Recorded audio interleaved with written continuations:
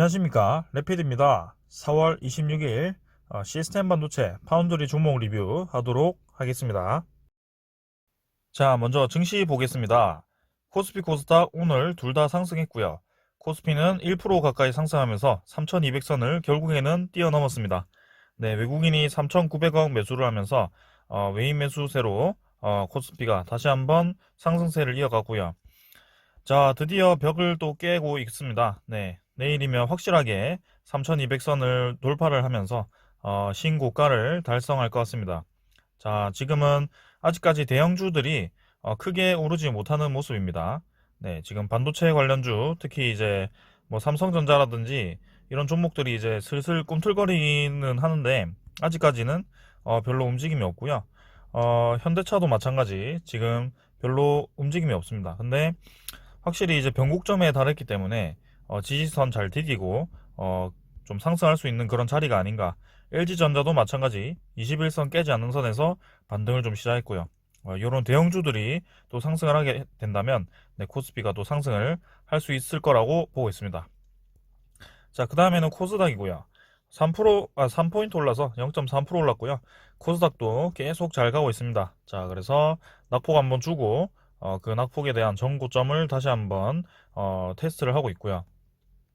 뭐 바로 네, 뚫어버릴 것 같습니다. 코스닥은 워낙 지금 바이오주가 관심을 많이 받고 있고 진단키트주도 많이 관심을 받고 있습니다. 그래서 코로나 시장과 그 다음에 경기 회복에 대한 기대감, 뭐 그런 기술주, 반도체 부족에 대한 기술 관련해서 그렇게 다 오르고 있기 때문에 코스닥이 진짜 대세가 아닌가, 네, 그런 생각을 좀 해봅니다. 자, 그래서 투자자도 뭐 외국인 좀 팔았습니다만 번갈아 가면서 이제 기관과 외국인이 매수를 들어오면서 지수를 끌어올리는 것 같고, 기관은 이제 3일 연속 매수를 좀 했습니다. 그래서 매수세를 계속 이어갈지 한번 주목을 해보도록 하겠습니다. 자, 그러면 채권 수익률 한번 보도록 하겠습니다.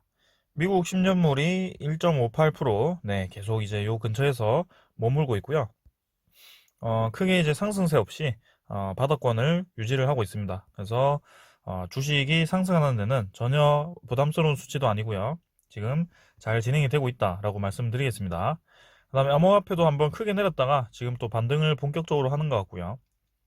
우리나라 비트코인 같은 경우도 뭐 6,300만 원. 근데 결국에는 뭐 비트코인 좀 조심하시길 바랍니다. 워낙 변동성이 크고 기준이 없기 때문에 투자하기가 굉장히 어렵고요. 네, 조심하시고요. 원 달러가 이제 환율이 또 바닥권까지 떨어졌습니다. 그래서 계속 떨어지는 모습. 그래서 원 달러 같은 경우는 계속 내려갈 가능성이 있습니다. 자, 그래서 주식 특히 이제 한국 증시에는 좀 좋게 작용할 가능성이 크고요. 지수 선물 같은 경우는 나스닥 100과 뭐 다우존스, 나스닥 100은 좀 내리고 있고 다우존스는 보합 정도인데요. 뭐 선물은 크게 막 다들 움직임은 없습니다. 네, 그래서 뭐 내일 장이 어떻게 될지 모르겠습니다만 확실한 것은 지금 모든 글로벌 증시가 좋게 진행이 되면서 네, 쉬어갈 땐 쉬어가면서 오를 땐 올라주는 그런 확실한 장이 나오고 있습니다. 그래서 2차 상승이 좀 나올 가능성이 크고요. 자, 올해 이제 5월 달에 네, 공매도 재개가 되고 공매도 재개는 사실 이루어지자마자 바로 주가가 막 폭락하고 그러진 않을 것 같습니다. 근데 분명히 이제 이 증시가 힘이 떨어지고 자금이 이제 차익 실현 물량이 나오면서 돈이 이제 다시 은행으로 들어가는 그 날이 올 건데요. 그 날까지는 이제 이런 상승세를 즐기시면 될 것 같습니다. 지금 아직 그런 하락이 나오기 위해서는 좀 더 시간이 필요한 것으로 판단이 되고요. 적어도 이제 내년쯤에는 좀 주식 비중을 줄여주는 게 좋지 않겠나라는 생각을 좀 해봅니다. 자, 오늘 네, 증시는 여기까지 보겠습니다. 먼저 S&P 반도체 보겠습니다. 70원 하락했고요. 오늘 이제 상승하다가 좀 아쉽게 장 후반에 내렸습니다. 자, S&P 반도체도 바로 좀 상승이 나올 거라고 예상을 좀 하고 있었는데 또 이렇게 한번 크게 쏟고 나서는 뭔가 힘없이 거래량 빼면서 진행이 좀 되고 있습니다. 확실히 지금 코스닥에 힘이 좀 실렸기 때문에 S&P 반도체도 당연히 다시 올라갈 거라고 생각을 좀 하는데요. 이전에 이렇게 한번 크게 상승한 이후에 오랫동안 네, 횡보를 했던 패턴을 뭐 유지를 좀 하는 것 같죠. 네, 그래서 내일쯤이면 다시 한번 반등이 좀 나오거나 아니면 조금 더 하락시켜서 8,400원까지 떨어뜨렸다가 올라갈 수도 있을 것 같고요. 결국에는 천천히 이평선 이제 요 하락 추세를 이겨냈기 때문에 천천히 올라갈 것 같습니다. 이렇게. 자, 그래서 저는 분명히 빠른 시일 내에 요 9,900원 선, 9,700원 선 바로 돌파할 수 있을 거라고 보고 있습니다. 시스템 반도체는 뭐 계속 좋게 진행되고 있습니다. 지금 뭐 앞으로도 2년 이상 공급이 부족할 거라고 예상이 되고 있기 때문에 자, 당장 코로나19가 지금 뭐 크게 다시 한번 확산하지만 않는다면 제조업에 크게 타격만 주지 않는다면 반도체 산업은 앞으로 지금 올해를 기점으로 해서 상당히 많이 커질 가능성이 높습니다. 자, 근데 한 가지 좀 주의를 하셔야 될 점은 자, 이렇게 시장 가능성이 굉장히 커져서 여러 기업들이 공격적으로 투자를 해서 설비를 늘리고 시설 투자를 늘렸을 때 그 이후 향후 1년에는 다시 한번 이 하락 시기가 올 수가 있습니다. 왜냐?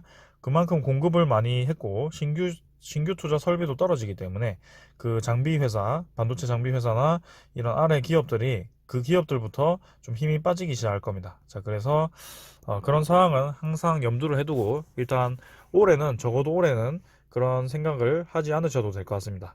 그래서 SFP 반도체는 저는 계속 상승으로 보고 있고 앞으로도 계속 리뷰를 하도록 하겠습니다. 자, 그래서 투자자 보겠습니다. 기관 19만 4천 주 매도했고요. 외국인 10만 주 매수하면서 오늘은 기관이 좀 매도를 했습니다.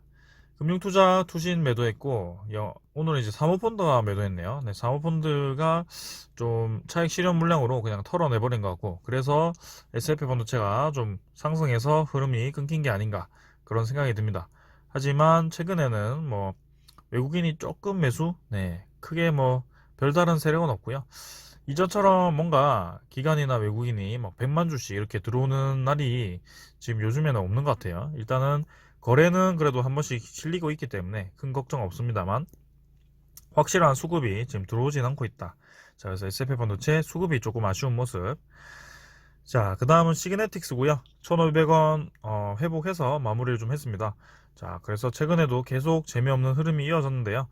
자, 그래도 확실한 것은 어느 정도 레벨을 올리고 나서는 그 이상 가격대를 내리지 않고 있죠. 네, 그래서 이전처럼 1200원, 1300원, 네, 이렇게 요 라인은 절대 내려가지 않고 21선을 받치는 선에서 다시 한번 양봉이 좀 나오는 모습입니다. 자, 그래서 이때의 하락 추세를 이겨내고 마찬가지로 S&P 반도체와 마찬가지로 위로 좀 뻗어 나갔기 때문에 지금 상황에서 전혀 걱정하실 필요가 없다고 보고 있고요. 만약에 요 이평선들이 교차점 하는 요 지점을 강하게 거래량이 터뜨리면서 밑으로 뚫고 내려간다. 그때는 저도 이제 끊어내라고 말씀을 드리겠습니다. 하지만 그런 상황은 웬만하면 나올 것 같지 않고 그 이상 계속 올라갈 거라고 저는 생각을 하고 있습니다. 그래서 다음 목표가는 1750원 정도로 좀 잡고 대응을 하도록 하겠습니다. 자, 특히나 시그네틱스 같은 경우는 저는 이제 장기 월봉선, 요 월봉선을 보았을 때 마음에 들었습니다. 자, 그래서 지금 제가 시그네틱스를 투자를 하고 있지는 않습니다만 지금 다른 종목들을 좀 많이 투자를 하고 있습니다. 그래서 그렇다고 해서 시그네틱스가 좋지 않은 것은 아닙니다. 충분히 매력이 있고 지금 장기적으로 보았을 때 월봉이 지금 확실히 버텨주는 모습이거든요. 그래서 장기 월봉선이 위로 더 뻗어나갈 자리가 있다라고 보여집니다. 그래서 2,000원대까지는 충분히 한번 리뷰를 해볼 만하겠다라고 생각이 들고 계속 리뷰하도록 하겠습니다. 자, 그래도 조금은 이제 아쉬운 점은 기타 법인이라든지 얘도 마찬가지로 수급이 조금 좋지는 않네요. 네, 그래서 확실한 수급이 다시 한번 들어와야 될 것 같고 어젠가요? 그젠가요? 제가 말씀을 드린 것 같은데 시그네틱스가 거래량이 부족합니다. 여전히. 그래서 거래량이 빨리 좀 실리는 모습이 나와야 될 것 같습니다. 자, 그 다음에는 AD칩스고요. 15원 올라서 1630원 마무리했습니다. 마찬가지로 1600원 라인은 좀 찍혔고요. 네, 시그네틱스와 SF 반도체처럼 장기 이평선이 아니고 21선을 아래에 두는 시점에서 계속 주가를 버티면서 그 기준 주가 이상은 내려오지 않습니다. 그래서 저점을 점점 높여가고 있기 때문에 마찬가지로 이 AD칩스 같은 경우도 다시 한번 슈팅을 주면서 그 다음에는 1900원 선까지 올라갈 수 있을 거라고 보고 있습니다. 거래량도 많이 죽어 있고, 다시 한번 이 시스템 반도체 쪽이 힘이 좀 실려야 될 것 같은데, 며칠 더 보도록 하겠습니다. 자, AD칩스도 네, 월봉을 보시면 마찬가지로 지금 확실히 좀 들고 있거든요. 네, 60 월봉선을 아직 확실하게 돌파는 못했습니다만, 다시 한번 위로 좀 자리를 잡을 것 같습니다.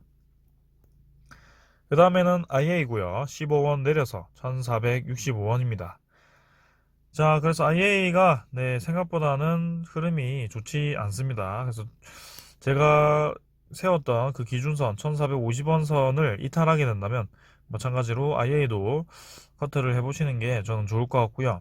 지금 조금 찝찝한 점이 이제 60일선이 아래로 좀 꺾이기 시작해서 하향 추세로 꺾이는 모습이 약간 나오고 있습니다. 그래서 IA가 지금 확실할 때 힘을 주지 못하고 이렇게 계속 지지부진하게 좀 흘러내리고 있는데요.